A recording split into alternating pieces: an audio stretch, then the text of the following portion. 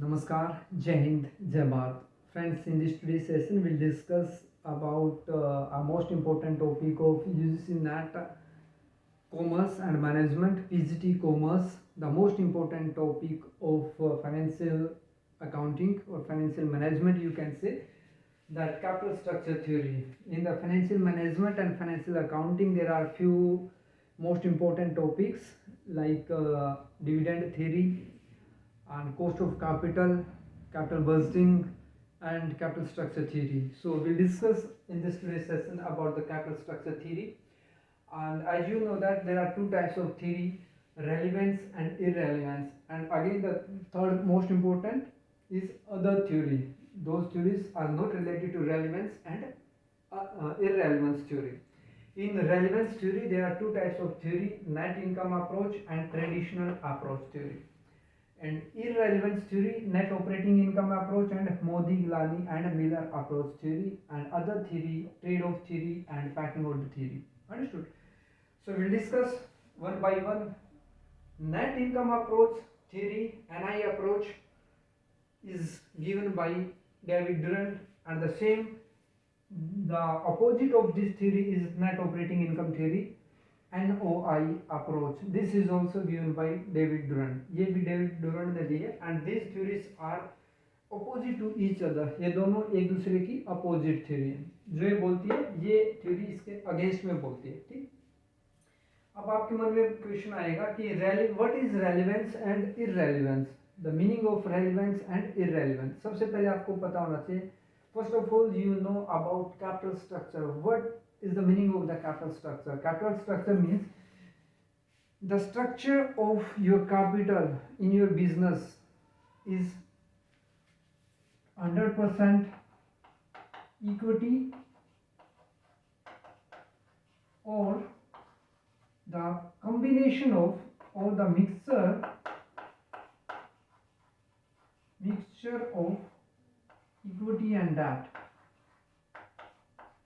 equity plus debt.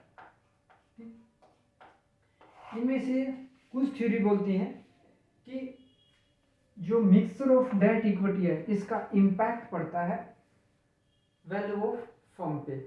कुछ theory बोलते हैं, जो इररेलेवेंस थ्योरी बोलते हैं, वो बोलते हैं कि डेट और इक्विटी का मिक्स कुछ भी है, इसका वैल्यू ऑफ फर्म के ऊपर कोई इम्पैक्ट नहीं पड़ता है. ठीक. So net income approach theory क्या बोलती है? There is a impact of debt equity ratio on the value of firm, cost of capital, overall cost of capital. ठीक.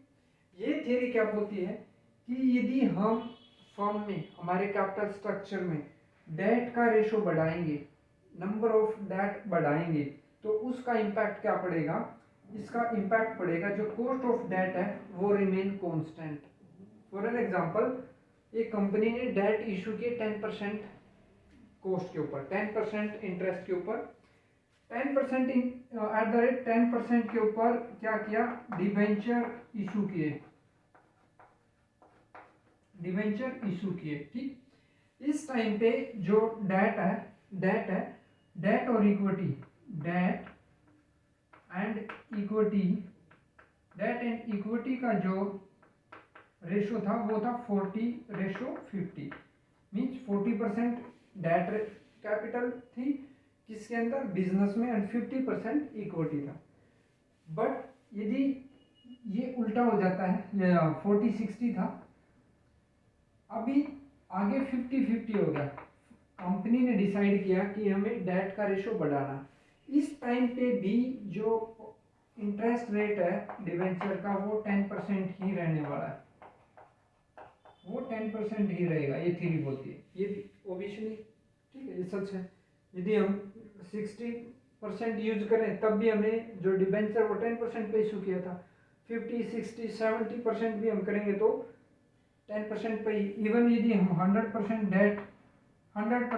डेट करते हैं और 0% इक्विटी, उस टाइम पे भी हमें जो इंटरेस्ट पे करना होगा वो 10% ही पे करना होगा. किसके ऊपर? डिवेंचर के ऊपर. ये काफ़ी इंपॉर्टेंट इंटरेस्टिंग टॉपिक है, और इसके बाद आपका 100% डाउट क्लियर हो जाएगा. ध्यान से देखो. अभी यहाँ पे इसलिए डेट का जो कॉस्ट है, कॉस्ट ऑफ डेट, वो कांस्टेंट रहने वाला। कांस्टेंट मींस 10% ही रहेगा। ये थ्योरी बोलती है जितने भी हम इंक्रीज करें या डिक्रीज करें ratio of debt in the business, the cost of debt will remain constant and cost of equity will also remain constant.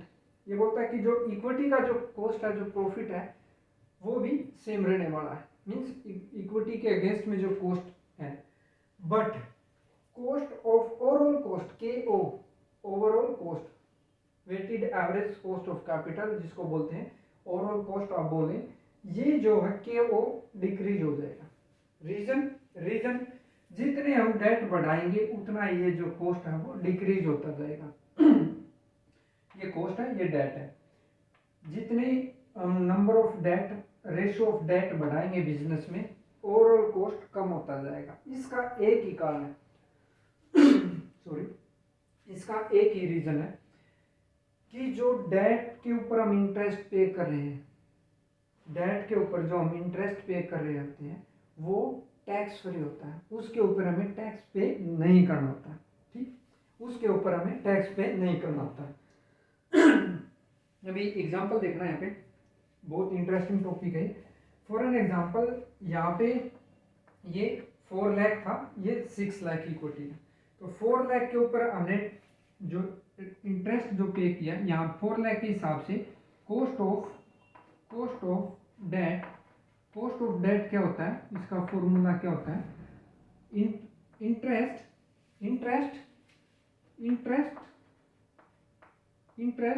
1 minus में टैक्स, इंटरेस्ट 1 माइनस में टैक्स।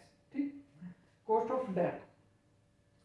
उसके बाद अभी क्या होता है, जो ये टैक्स का जो सेविंग है, इंटरेस्ट ऑन डेट के जो हम इंटरेस्ट पे किया, उसके ऊपर जो सेविंग है, उसके ऊपर जो सेविंग है, वो उस सेविंग की वजह से ओवरऑल जो कॉस्ट है, ओवरऑल कॉस्ट ऑफ कैपिटल, वो क्या हो जाती है, डिक्रीज हो जाती है। ठीक, ये थ्योरी क्या बोलती है, ये थ्योरी क्या बोलती है, net income approach suggested by Durand. According to this approach, the capital decision is relevant to the valuation of firm. In other words, यदि बात करें, a change in the capital structure leads to a corresponding change in the KO.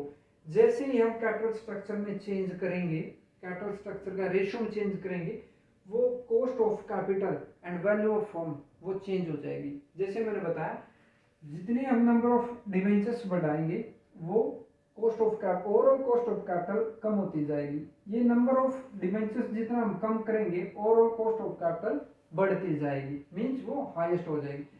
But interesting बात ये है कि ये overall cost of capital के ई से, कॉस्ट ऑफ इक्विटी से ज़्यादा नहीं हो सकती। फॉर एन एग्जांपल, यदि हम बिजनेस में 100% इक्विटी यूज कर रहे हैं, डेट तो है ही, 100% इक्विटी यूज करें तो डेट की जो डेट है ही नहीं, तो उसका कॉस्ट तो देना ही, तो जो इसका इम्पैक्ट के ओ पे नहीं पड़ेगा। मींस के E and K O will be equal, remain constant. Understood. जैसे ही हम नंबर ऑफ डिवेंचर्स बढ़ाते जाते हैं तो के ओ कम होती जाती है। ठीक, इसके अलावा ये थ्योरी क्या बोलती है, इस थ्योरी का जो एनआई अप्रोच है, इसके कुछ अजम्पशंस हैं, वो मैं डिस्कस करता हूँ। KD and KE will remain constant at every level of debt equity mix. KE and KD constant रहेंगे, चाहे इनका जो रेशियो का जो मिक्स है वो कुछ भी हो, 100% इक्विटी है या तो फिर 40-60-50 या 100 और 0। ठीक, cost of capital is minimum at 100% level of debt. Cost of capital minimum कब होगी, जब हम 100% डेट यूज करेंगे। यदि इसमें इक्विटी है ही नहीं तो 100% हम डेट यूज करेंगे, तो cost K O will be equal to K D and K D is always less than K E, reason being saving on interest, tax saving on interest on K D. उम्मीद है समझ में आ गया होगा। Value of firm is equal to earning divide by WACCE। ठीक, earning, यदि हम बात करें कॉस्ट ऑफ इक्विटी की, इसमें EBIT जो earning before interest and tax है उसमें से हम माइनस करेंगे इंटरेस्ट इनटू 1 माइनस में टैक्स, क्योंकि टैक्स सेविंग है इंटरेस्ट के ऊपर, ठीक, divide by number of equity shares. अब बात करते हैं कि वैल्यू ऑफ फर्म कैसे निकलेगी। वैल्यू ऑफ फर्म कैसे निकलेगी? Value of firm according to this approach, value of firm according to this approach ये क्या आ जाएगी? EBIT earning before interest and tax divide by KCC, means या तो आप इसको KO बोल सकते हो, ठीक, overall cost of capital, overall cost of capital, ठीक, ये था फॉर्मूला। अभी नेक्स्ट अप्रोच कौन सी है?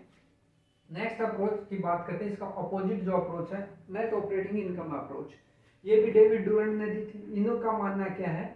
इस अप्रोच के अकॉर्डिंग इनका मानना ये है कि चाहे हम 100% इक्विटी यूज करें, चाहे हम इक्विटी और डेट का मिक्स यूज करें, कंपनी की वैल्यू ऑफ फर्म के ऊपर और overall cost of capital, weighted cost of capital के ऊपर कोई भी इम्पैक्ट नहीं पड़ने वाला, ठीक। इसका ये थ्योरी बोलती है कि KD जो कॉस्ट ऑफ डेट है वो रिमेन कांस्टेंट, ये हमेशा कांस्टेंट रहती है according to this approach also, but KE will increase.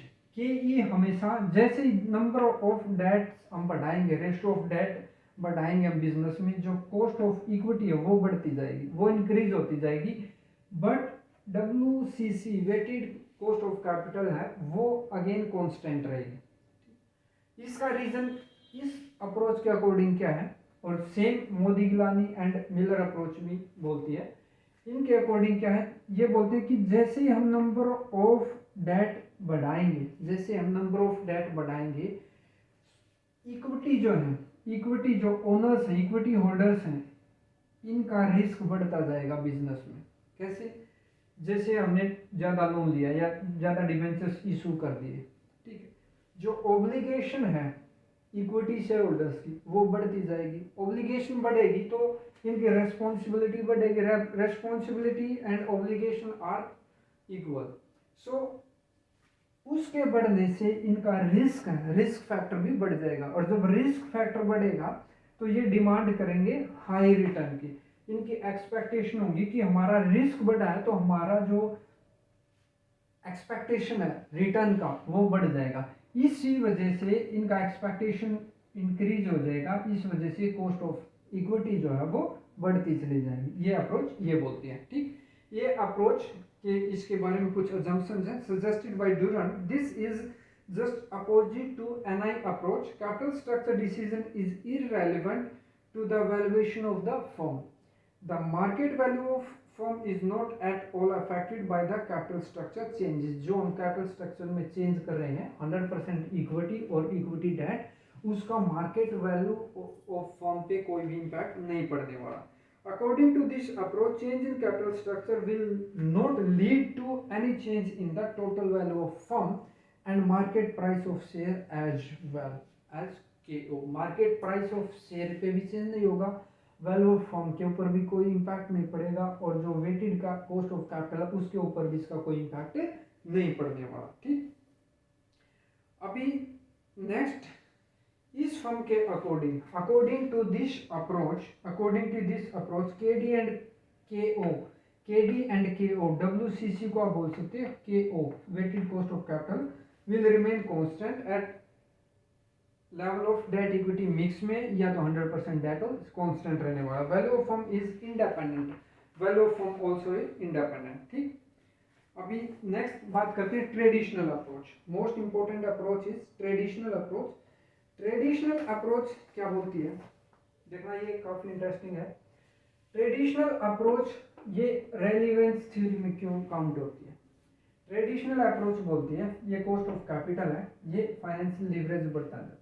ये बोलती है कि यदि एक बिजनेस में, फॉर एन एग्जांपल एक बिजनेस है, उसने किसी एक बैंक से लोन ले लिया, एक बैंक से लोन ले लिया, इसको मैं इरेज कर देता हूँ पहले, किसी बिजनेस ने लोन ले लिया एक बैंक से, अभी वो लोन लेने गया दूसरे बैंक से भी, ठीक। जो फर्स्ट बैंक से लोन लिया था उसके बाद जो सेकंड बैंक से लोन लेने गया, तो उस सिचुएशन में क्या होगा, जो फर्स्ट बैंक है उसका रिस्क फैक्टर बढ़ जाएगा। For an example, according to traditional approach, किसी फर्म ने आईसीआईसीआई बैंक से लोन ले लिया, आईसीआईसीआई बैंक लिमिटेड से लोन ले लिया, ठीक, ₹5 लाख का। अब ये जब लोन लिया उसके बाद दोबारा गए ये एसबीआई के पास, एसबीआई बैंक से भी इन्होंने लोन की डिमांड की, एसबीआई बैंक से अगेन 10 लाख रुपीस की लोन की इन्होंने डिमांड की, ठीक। जब आईसीआईसीआई बैंक से लोन लेने गए, इन्होंने पूछा कि भाई कहीं और से आपने लोन तो नहीं लिया, इन्होंने बोला नहीं लिया, तो इन्होंने 5% पे लोन दे दिया एग्जाम्पल के तौर। जब एसबीआई के पास गया, एसबीआई से ने पूछा कि आपने कहीं और से लोन लिया, ये बोले yes, 5 lakh rupees from ICICI bank. इन्होंने बोला कि ओके, ये अब मैं आपको, मेरा रिस्क बढ़ गया क्योंकि आपकी ऑब्लिगेशन लोन पे करने की ऑलरेडी आईसीआईसीआई बैंक की है 5 लाख की, सो मैं आपको इंटरेस्ट रेट बढ़ा के दूंगा क्योंकि मेरा रिस्क फैक्टर भी बढ़ गया। अगेन ये गए किसी दूसरे बैंक के पास, एचडीएफसी के पास, इन्होंने पूछा आपने कहीं और से लोन लिया, इन्होंने बोला कि 5 लाख यहाँ से, 10 लाख यहाँ से। ये बोले कि रिस्क मेरा और ज़्यादा बढ़ गया क्योंकि आप ऑलरेडी लोन 2 जगह से ले रखे हैं, तो सो आपका जो ऑब्लिगेशन है, लायबिलिटी है, पहले से ज़्यादा है। सो ये जितने नंबर ऑफ आगे लोन बढ़ाते जाएंगे, जो लास्ट में जो रहेगा उसका सबसे हाईएस्ट जो रहेगा रिस्क फैक्टर रहेगा, हाईएस्ट रिस्क रहेगा, वो सबसे ज़्यादा इनको हाई अमाउंट पे वो लोन पे करेगा क्योंकि उसको पता है कि ऑलरेडी इतने बैंकों से लोन ले रखा है, तो रिस्क फैक्टर ज़्यादा है। इस वजह से इसी के कारण जो कॉस्ट ऑफ डेट है, जब ये लोन लेने के स्टार्टिंग में ये कांस्टेंट रहता है, बट जैसे जैसे लोन बढ़ते जाएंगे, नंबर ऑफ लोन, इनका जो कॉस्ट ऑफ डेट है वो बढ़ता जाएगा, वो हाई रेट पे इनको इंटरेस्ट देना शुरू कर देंगे। And cost of equity again starting में ये कुछ टाइम तक कांस्टेंट रहेगा, अदरवाइज ये फिर क्या हो जाएगा, इंक्रीज हो जाएगा। रीजन बीइंग, जितने लोन ज़्यादा कंपनी के ऊपर आएंगे उतना ही इनका रिस्क फैक्टर बढ़ जाएगा, और जब इनका रिस्क फैक्टर बढ़ेगा तो ये डिमांड करेंगे, ये उम्मीद करेंगे कि इनका जो रिटर्न है वो भी ज़्यादा, ठीक। और जो WCC है, वेटेज कॉस्ट ऑफ कैपिटल है, वो क्या होता है, इन दोनों का कॉम्बिनेशन होता है, cost of equity and cost of debt. ये भी फिर जैसे KE और KD बढ़ रहे हैं, ये भी जो है साथ में बढ़ना शुरू कर देगा। सो ये again traditional approach and NI approach related to relevance theory, ठीक। ट्रेडिशनल अप्रोच क्या बोलती है, this approach favours that are result of financial leverage up to some point, या इस पॉइंट तक cost of capital comes down and value of firm increases. जब ये WCC इस पॉइंट तक डाउन आ रहा है, cost of capital, weighted cost of capital जहाँ तक ये डिक्रीज हो रहा है, यहाँ तक वैल्यू ऑफ फर्म क्या होती है, इंक्रीज होती है, ठीक। The rate of interest on debt remains constant for a certain period. Debt का जो रेट ऑफ इंटरेस्ट है इस पीरियड तक, उस पीरियड तक सर्टेन रहता है, कांस्टेंट रहता है। कांस्टेंट जैसे यहाँ तक इन्होंने लोन लिया, कांस्टेंट रहेगा। अगले बैंक से लोन लिया, हो सकता है ये बैंक सोचे कि ओके एक ही बैंक से आपने लोन लिया, कोई ज़्यादा बड़ी बात नहीं है, तो ये हो सकता है 5% पे ही आपको दे दे। बट जैसे जैसे लोन, नंबर ऑफ लोन बढ़ते जाएंगे, वो इनका रिस्क बढ़ता जाएगा, और उसके बाद आपका जो फाइनेंशियल लेवरेज है ऑफ कॉस्ट ऑफ डेट का, वो भी बढ़ता जाएगा। And thereafter, with an increase in leverage debt, it increases. The expected rate by equity shareholders remain constant or increase gradually. यहाँ तक जो expected rate है KE का, वो constant रहेगा, उसके बाद gradually start हो जाएगा बढ़ना, ठीक। After that, equity shareholder starts perceiving a financial risk. But यहाँ के बाद इनको जैसे number of loan बढ़ते जाएंगे, इनका risk बढ़ता जाएगा, और ये demand करेंगे extra return gain, and then from the optimal point and expected rate KE increases speedily. यहाँ के बाद आप देख रहे हैं ये बिल्कुल रैपिडली इनका रिस्क बढ़ रहा है, रिस्क बढ़ेगा तो इनकी डिमांड भी बढ़ जाएगी। However, beyond that point, reverse trend appear starts. यहाँ तक जो उल्टा था, डिक्रीज हो रहा था, वैल्यू ऑफ फर्म बढ़ रही थी, यहाँ के बाद वैल्यू ऑफ फर्म के साथ साथ अभी इनका जो कॉस्ट ऑफ इक्विटी है वो बढ़ता जाएगा। ठीक, अभी नेक्स्ट आते हैं Modigliani and Miller approach, MM approach जिसको बोलते हैं। एमएम अप्रोच बोलती है, अगेन एमएम अप्रोच जो है इररेलेवेंट थ्योरी, ये बोलती है या 100% आप इक्विटी यूज करो या डेट इक्विटी, इसका कोई भी इम्पैक्ट जो cost of value of firm पे या K O cost overall cost of capital के ऊपर कोई भी इम्पैक्ट नहीं पड़ने वाला। ये थ्योरी क्या बोलती है, this approach starts that financing decision of a firm does not affect market value, firm की जो मार्केट वैल्यू है उसके ऊपर इसका कोई भी इम्पैक्ट नहीं पड़ने वाला of a firm in a perfect capital market. But ये बात करती है, ये इंपॉर्टेंट पॉइंट है इसके कंसर्न में, जो डायरेक्टली आपसे एग्जाम में पूछा जाता है, परफेक्ट कैपिटल मार्केट ये एज्यूम करते हैं कि जो मार्केट आपका वो परफेक्ट कैपिटल मार्केट होना मांगता है। और average cost of capital does not change with change in debt weighted equity mix. ठीक है, और capital structure of the firm. अभी एमएम अप्रोच क्या बोलते हैं, this is a perfect capital, इसके अजम्पशंस हैं, अजम्पशंस सभी के हैं। अभी इसके अजम्पशंस क्या हैं, there is a perfect capital market, there are no retained earnings. ये बोलते हैं कि जो आपका रिटेन्ड अर्निंग्स है वो नहीं होना चाहिए, आप या तो इक्विटी शेयर इशू कर सकते हैं तो डेट इक्विटी का मिक्स। रिटेन, जहाँ पे रिटेन्ड अर्निंग्स की बात आ गई उस जगह पे ये थ्योरी जो है काम नहीं करेगी। Then there is no corporate tax, ये बात करती है कोई कॉर्पोरेट टैक्स का नहीं होना मांगता है, क्योंकि इंटरेस्ट के ऊपर सेविंग होती है, डेट के इंटरेस्ट के ऊपर जो आप डेट के अगेंस्ट में कॉस्ट पे करते हैं वो टैक्स फ्री होता है, टैक्स सेविंग होती है वहाँ पे। सो ये थ्योरी बोलती है कि नो कॉर्पोरेट टैक्स, यदि कॉर्पोरेट टैक्स हो गया तो वहाँ पे सेविंग ऑन इंटरेस्ट वो होने की वजह से कॉस्ट ऑफ डेट कांस्टेंट रहेगा, बट WCC अगेन डिक्रीज हो जाएगी। सो ये बोलते हैं there is no corporate tax. The investors act rationally, investors rationally काम करें, जहाँ पे उनको फायदा लगे वहीं पे वो इन्वेस्ट करें, उस टाइम पे ये थ्योरी काम करेगी। The dividend pay out ratio is 100%, आपका जो डिविडेंड जो इक्विटी के ऊपर डिविडेंड है उसको आपको रिटेन नहीं करना, 100% डिविडेंड को आपको पे आउट कर देना, पे कर देना। The business consist of the same level of business risk, जो बिजनेस के अंदर रिस्क है वो through out the life, through out the years जो वो सेम रहना चाहिए, कॉन्स्टेंट। ठीक, इसमें वैल्यू ऑफ फर्म होता है डेट प्लस इक्विटी। देखो वैल्यू ऑफ फर्म क्या होती है, आपकी वैल्यू ऑफ द फर्म क्या होगी, डेट और इक्विटी। डेट कितने हैं और इक्विटी की नंबर ऑफ इक्विटी, आप बोल सकते हैं इक्विटी की वैल्यू कितनी और डेट की वैल्यू कितनी, दोनों की वैल्यू मिला के वो क्या हो जाएगा, value of firm. Market value of equity, equity की मार्केट वैल्यू क्या होगी, मार्केट वैल्यू ऑफ इक्विटी, इसके हिसाब से market value of equity, market value of equity according to MM approach, equity EBT earning before, EBT earning before tax and KE, earning before tax and KE। क्यों, क्योंकि tax हमने बोला है यहाँ पे there is no corporate tax, that's why earning before tax divide by KE, cost of equity. ठीक, so उसके बाद नेक्स्ट आता है trade off theory and packing order theory. जब packing order theory again most important theory है।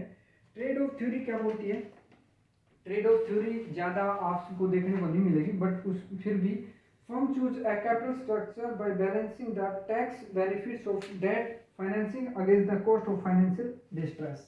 Trade off theory क्या बोलती है, इसमें कॉस्ट जो डेट है, डेट की वजह से कॉस्ट और बेनिफिट, ट्रेड ऑफ थ्योरी बोलती है कि ये बात करती है कॉस्ट एंड बेनिफिट के बारे में। डेट की वजह से आप जो कॉस्ट पे कर रहे हैं और जो बेनिफिट आपको मिल रहा है उसकी बात करती है। बेनिफिट कौन सा मिलेगा आपको, बेनिफिट मिलेगा आपको टैक्स सेविंग ऑन इंटरेस्ट। ठीक है, financial distress and other cost. And benefit क्या होता है, चीफ सोर्स ऑफ फाइनेंस।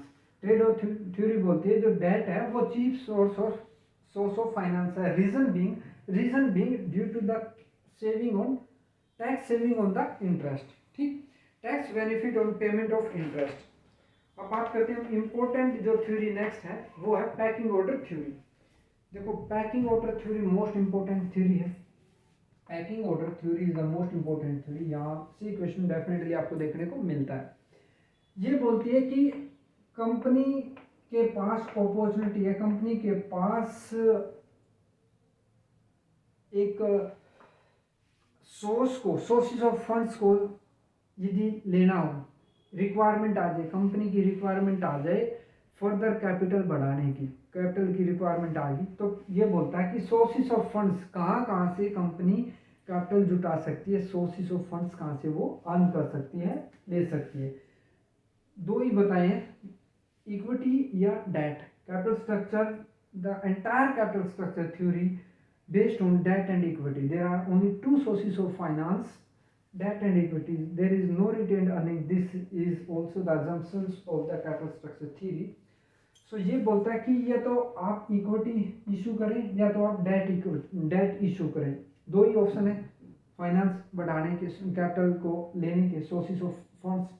सो बोलता है debt equity again two types के हैं, इक्विटी अगेन टू टाइप्स के अकॉर्डिंग टू दिस थ्योरी। ये थ्योरी बोलती है नंबर वन रिटेन्ड अर्निंग्स, या तो जो आपने अर्निंग, आपने जो आपकी जो फर्म ने जो पैसा अर्न किया, जो प्रॉफिट हुआ, उसको रिटेन कर लो, बिजनेस में ही रख लो। नए आपको शेयर होल्डर्स को, इक्विटी शेयर होल्डर्स को फंड्स यानी कि उनको प्रॉफिट देने की बजाय आप उनका जो अर्निंग है, जो प्रॉफिट है, उसको रिटेन कर लो, बिजनेस में ही रख लो। दूसरा, आप फ्रेश इशू कर दो, नए इक्विटी शेयर इशू करो। और थर्ड आपका क्या है कि डेट जो है वो डेट इशू कर दो। ठीक, ये थ्योरी बोलती है पैकिंग ऑर्डर थ्योरी। आपको नाम से पता चल रहा है पैकिंग ऑर्डर। आपके जो ओनर्स हैं, जो इक्विटी हैं, उनको पैक कर दो। मीन्स उसके बाहर जो आपके ओनर्स हैं अभी फिलहाल, उसके बाहर आप किसी को ओनरशिप ना दो।